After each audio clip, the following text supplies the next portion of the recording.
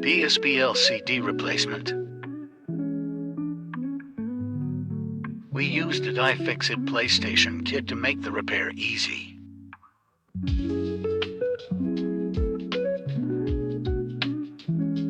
Wiggle wiggle. Righty-tighty, lefty-loosey.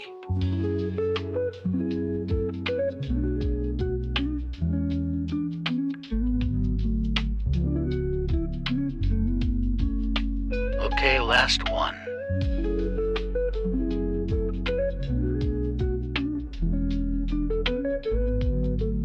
This part was tricky.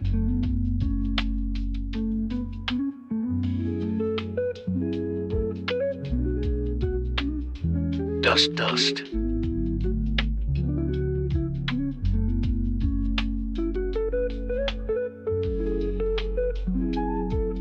Dang brother EWW.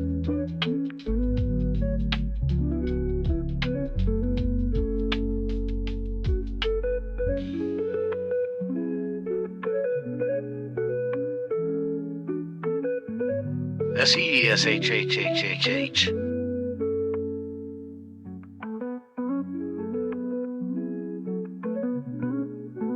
Snap, snap.